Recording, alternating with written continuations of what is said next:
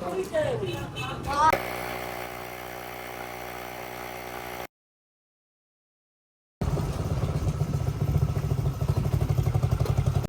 वालेकुम and welcome to my channel. पिछले part के अंदर हमने एक्सेसरीज़ अटैच की थी, जैसे कि ये front indicator, light, horn, side mirrors और बैक पे हमने स्पॉइलर भी लगाया और हमने लाइट्स भी लगाई ये इंडिकेटर की। तो ये सारी चीज़ें हमने पिछले पार्ट में की और हम उसकी वायरिंग इसलिए नहीं कर सके क्योंकि यहाँ पे बटन्स कहाँ पे लगेंगे हम अभी डिसाइड नहीं कर सकते, और उसकी वजह ये थी कि हमने सीट चेंज करनी है। अब सीट क्यों चेंज करनी है? क्योंकि हमने इस पे काफ़ी ज़्यादा ड्राइव की थी, 20-25 मिनट ड्राइव की थी और अंदाज़ा हो गया था कि इस पे ज़्यादा देर ड्राइव नहीं कर सकते, कंफर्टेबल नहीं है सीट। तो इस वजह से पहले मैंने यही डिसाइड किया है कि पहले सीट चेंज कर लेंगे, उसके बाद हम बाकी की वायरिंग वगैरह करेंगे। उसके अलावा हमने ये टायर्स का भी डिस्कस किया था कि ये टायर्स हमने चेंज करने हैं, क्योंकि ये देखिए इनकी बस हुई पड़ी है, आपको वायर्स इसकी नज़र आ रही होंगी। तो ये बड़ा डेंजरस काम है और इसको हमें रिप्लेस करना पड़ेगा। तो बैक वाले टायर्स फिर भी ठीक है, वो चल जाएंगे अभी, लेकिन फ्रंट टायर्स जो हैं इन पे ग्रिप ज़रूरी है और इस तरह ये सही से काम नहीं करेंगे। तो हमने ये करना है कि ये टायर्स हमने रिप्लेस कर देने हैं और हमने सीट भी लेके आनी है। तो कार सीट लेके आएंगे और हमने भारी सीट नहीं रखनी, हमने बहुत लाइट वेट जो सीट होगी वो हमने लेके आनी है। तो आए चलते हैं बिलालगंज और जाके ये सामान लेके आते हैं।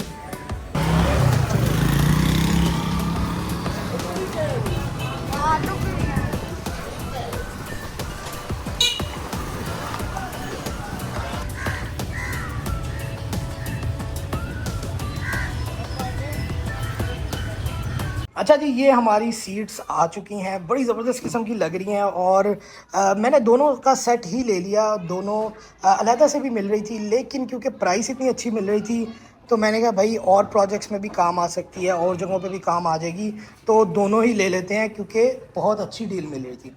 उसके अलावा ये देखिए हम ज़बरदस्त किस्म के बिल्कुल ब्रांड न्यू टायर लेके आ गए हैं और रिम भी इसके अंदर ब्रांड न्यू है, क्योंकि रिम भी की भी हालत कोई इतनी अच्छी नहीं थी। ये देखिए यहाँ पे क्रैक्स भी पड़ रहे हैं और यहाँ पे और मसले मसाइल भी हैं, तो इसलिए बेहतर यही था कि हम नए ब्रांड न्यू रिम्स भी ले लें। तो आए सबसे पहले इसको इंस्टॉल करते हैं ताकि हमारी गो कार्ट ज़रा स्टेबल हो जाए और उसके बाद फिर सीट का भी देखते हैं कि वो किस तरह लगेगी।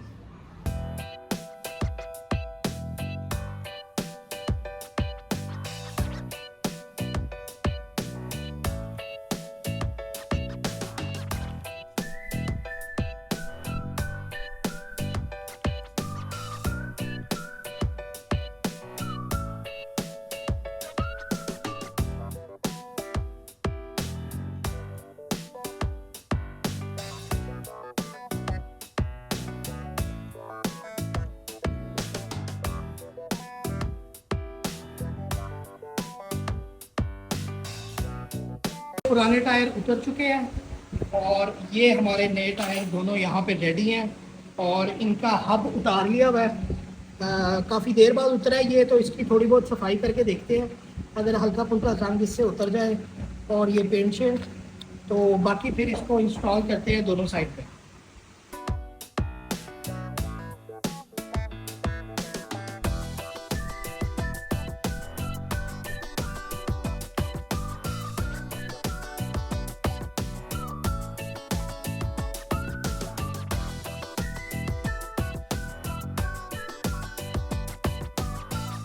ये जी दोनों टायर लग चुके हैं और अब हमने क्या करना है कि ये देखें इनमें हवा इतनी ज़्यादा नहीं है, तो इसकी रेटिंग देखते हैं कितनी है और फिर इनमें हवा भरते हैं और फिर इसको टेस्ट ड्राइव के लिए लेके जाते हैं, देखते हैं कि कोई फ़र्क पड़ा भी है कि नहीं।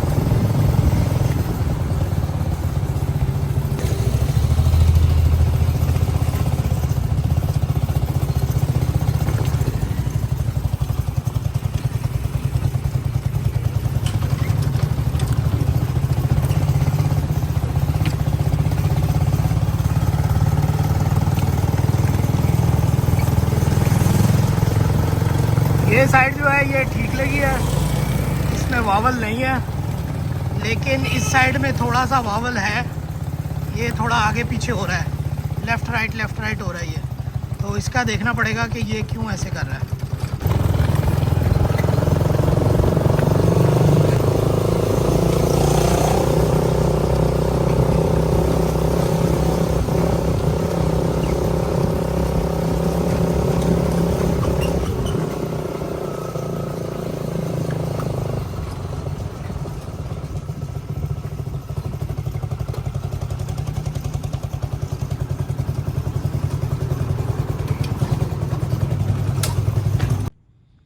ये जी टायर खोलते मैं यहाँ पे बैठा हुआ हूँ और इसको चेक कर रहे हैं कि वावल जो है ये क्यों आ रहा था। तो मसला यहाँ पर नहीं है, मसला टायर के अंदर नहीं है, ना ही हब के अंदर मसला है, मसला इस पार्ट के अंदर है। इसके अंदर थोड़ी सी लचक है जिसकी वजह से वो लेफ़्ट राइट मूव होता है। तो यहाँ पे ये जो पार्ट है ये काफ़ी पुराना हो चुका है, तो इसको ज़्यादा फिक्स भी हम नहीं कर सकते। तो मोस्ट प्रॉब्ली यही हो सकता है कि इसको इवेंचुअली रिप्लेस कर दिया जाए, तो वो ज़्यादा बेहतर रहेगा। ये बेसिकली इसको विश बोन कहते हैं, ये 2 विश बोन्स लगती हैं ताकि सस्पेंशन लग जाए। तो ये विश बोन जो है ना, इसका नट प्रॉपर्ली सही से टाइट नहीं होता, तो लेकिन ये है कि चल जाता है ये, लेकिन इसमें ये इश्यूज़ आते हैं। तो उसका हल इस वक्त तो हमारे पास नहीं है, तो इस वक्त इसको ऐसे ही चलाते हैं। पहले भी आई बिलीव ऐसे ही था, क्योंकि वावल अभी थोड़ी इंट्रोड्यूस हुआ है, ये तो पहले से ही था। तो बाकी फिर इसको बाद में ट्यून करने की कोशिश करेंगे, या तो ये विशबोन रिप्लेस कर देंगे या इसको किसी तरह फिक्स करेंगे।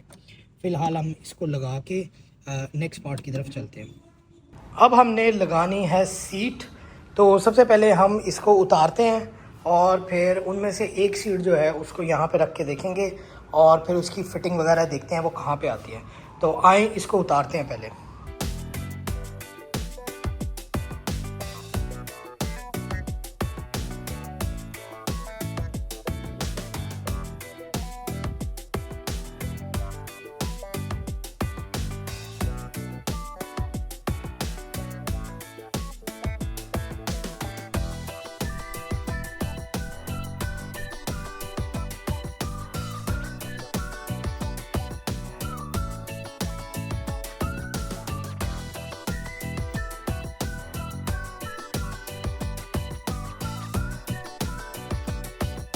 ये जी सीट की प्लेसमेंट इस तरह बन रही है कुछ, और इसका ये हिसाब है कि यहाँ पे टांग रखने की जगह काफ़ी कम हो गई है, क्योंकि अब सीट ज़रा बड़ी है, चौड़ी भी है और थोड़ी लंबी भी है, प्लस इसमें फॉर्म बहुत है तो ये ऊंची भी है। तो इसकी वजह से थोड़ी सी डायनामिक्स चेंज हो रही है। तो इसका ये हल किया जा सकता है कि ये जो पैनल है इसको हम थोड़ा सा पीछे ले आएँ, इसको यहाँ से हम आधा ले आएँ, क्योंकि सस्पेंशन भी हमने टाइट कर ली हुई है, तो ये बहुत ज़्यादा मूव नहीं करता। अब अगर ये देखें ये हाफ वे जा रहा है, और वैसे भी ये सस्पेंशन जो है ये इतनी स्ट्रॉन्ग नहीं है, तो मोस्ट प्रोबेबली हो सकता है हम इसको भी रिप्लेस कर दें, क्योंकि ये इतना ज़्यादा फ्लैक्स इसमें नहीं होना चाहिए, थोड़ा बहुत होना चाहिए, इतना ज़्यादा मेरे हिसाब से नहीं होना चाहिए। तो उस केस में इसको हम काफ़ी पीछे तकरीबन यहाँ तक हम ला सकते हैं कि वो हिट ना करे। तो इसको हम अगर आधा कर दें तो ये काफ़ी जगह यहाँ पे बच जाएगी, तो हम इसको पीछे ले आएंगे। तो उसका ये हिसाब हो सकता है फिर कि हम पहले इसको यहाँ से काटें और यहाँ से काटें और फिर इसको आधा आगे ले जाएं, और इवन हम ये भी कर सकते हैं कि ये अभी बिल्कुल सीधा है, तो इसको हम थोड़ा सा बेंड कर सकते हैं ऐसे, क्योंकि नॉर्मली सिटिंग पोजीशन बिल्कुल कमर सीधी नहीं होती, थोड़ी सी पीछे होती है। तो वो सिटिंग पोजीशन इसको हम थोड़ा सा ऐसे भी लगा देंगे तो नीचे से जगह फिर भी बचेगी और ये थोड़ा सा टेढ़ा हो जाएगा, तो वो भी हमारे सिटिंग पोजीशन के लिए काफ़ी बेहतर होगा। तो आए पहले इसको काटते हैं और फिर इसको थोड़ा सा पीछे लेके जाते हैं और फिर इसको कंटिन्यू करते हैं।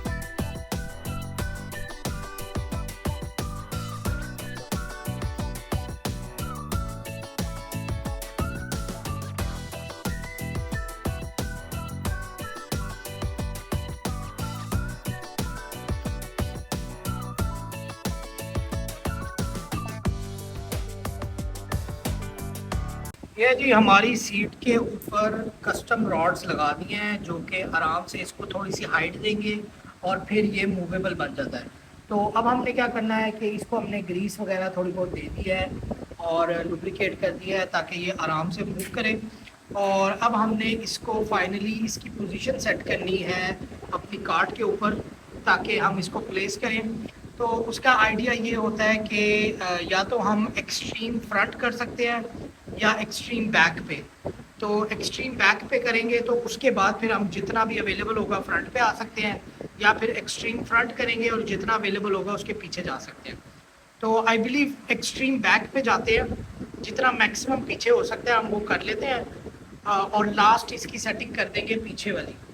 उसके बाद जितना आगे पॉसिबल हुआ वो उतना हो जाएगा। तो आई बिलीव ये कंफर्टेबल रहेगा हर हाइट के बंदे के लिए। तो इस तरह करते हैं, इसकी सेटिंग बैक पे करके उसको ऐड करते हैं और फिर इसको वेल्ड कर देते हैं फ्रेम के साथ।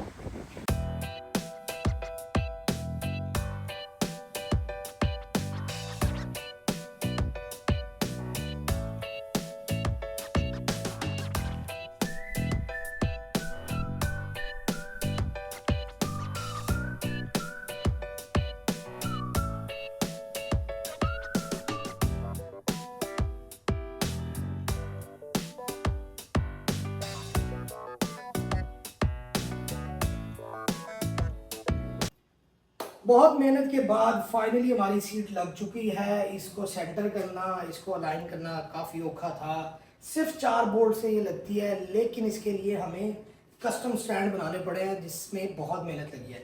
लेकिन फाइनली ये लग चुकी है और ये एडजस्टेबल भी है।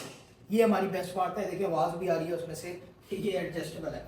तो बेसिकली एक जो अजीब सा सीन है कि ये बेसिकली रुकती नहीं है जगह पे, क्योंकि बहुत पीछे जाके रुकती है।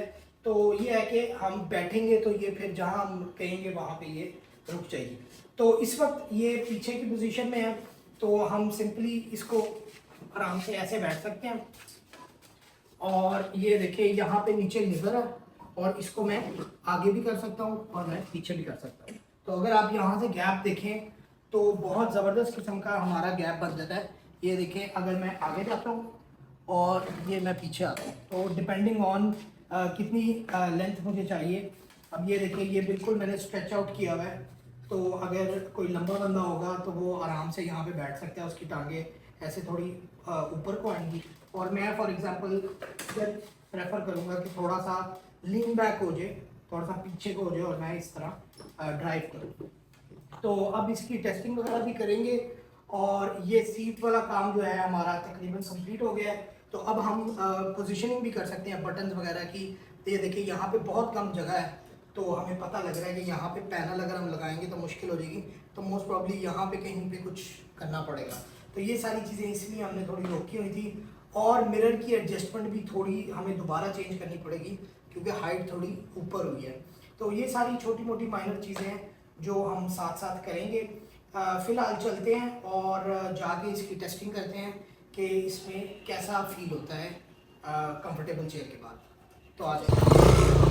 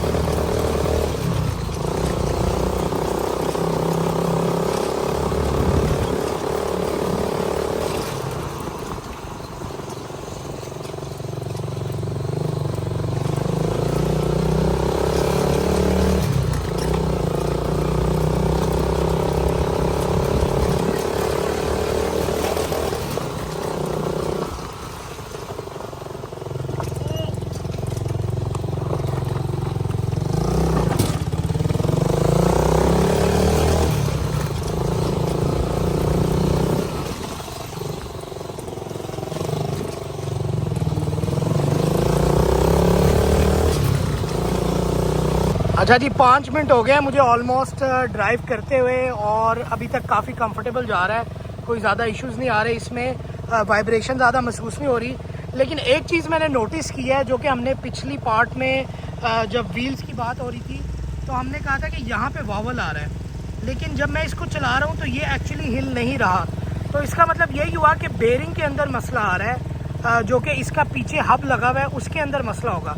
मैं आपको चला के दिखाता हूँ। ये देखिए, अगर हम इसको पहले गियर में डालें तो हमारा जो पार्ट जिसका हमें फॉल्ट लग रहा था वो देखिए वो बिल्कुल भी मूव नहीं कर रहा। ये जो हमारा पार्ट है इसमें बिल्कुल भी मूवमेंट नहीं है। मुझे पहले लग रहा था कि इसमें मूवमेंट होगी, लेकिन इसमें मूवमेंट नहीं है। ये वो व्हील है जिसमें इशू आ रहा है, और ये देखिए थोड़ा सा टेढ़ा भी लग रहा है। और मेन इशू जो है वो अब मुझे लग रहा है कि इस पार्ट का है। ये हमारा हब जो है इसके अंदर बेरिंग होता है, और बेरिंग अगर सही से अलाइन ना हो तो फिर वो वावल आ सकता है। तो अब ऐसा करते हैं कि इस पार्ट को निकालते हैं, देखते हैं और देखते हैं अगर इसकी रिप्लेसमेंट हमें मिल सकती है या यही फिक्स हो सकता है।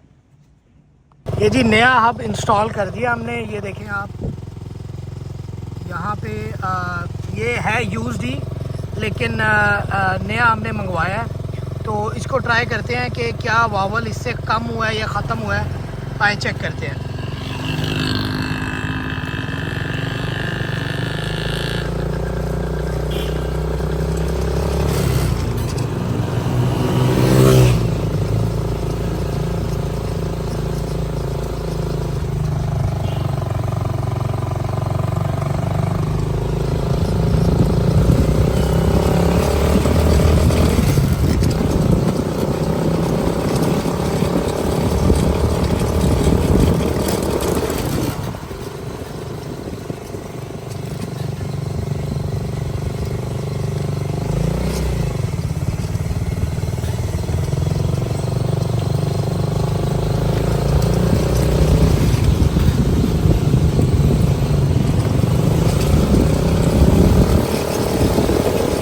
ये जी अब काफ़ी बेहतर लग रहा है। 100% तो नहीं ख़त्म हुआ, लेकिन बहुत बेहतर है। मेरे हिसाब से 90% ख़त्म हो गया है। तो डेफिनेटली ये हमारे लिए यूजेबल है। अगर इस टायर में भी देखें तो हल्का फुल्का है, क्योंकि अब जाहिर बात है पुराने पार्ट्स हैं तो थोड़ा बहुत वेयर एंड टेयर होता ही है इनमें। लेकिन बहुत बेहतर हो गया पहले से। तो इंशाल्लाह ये उम्मीद है कि इसमें इशू नहीं आएगा। तो काफ़ी टेस्ट ड्राइविंग के बाद सीट हमारी काफ़ी कंफर्टेबल हो गई है, और हमारे व्हील भी नए लग गए हैं। तो काफ़ी ज़बरदस्त काम हो गया है। इंशाल्लाह नेक्स्ट पार्ट के अंदर हम इसका बटन का पैनल बनाएंगे, ताकि हम स्टीयरिंग पे भी कर सकें, और फिर हम एक साइड पे बटन्स वगैरह प्रेस करके सारा इग्निशन वगैरह हम स्टार्ट कर सकें। तो अनटिल देन आपसे नेक्स्ट ब्लॉग में मुलाकात होती है। अल्लाह हाफिज़।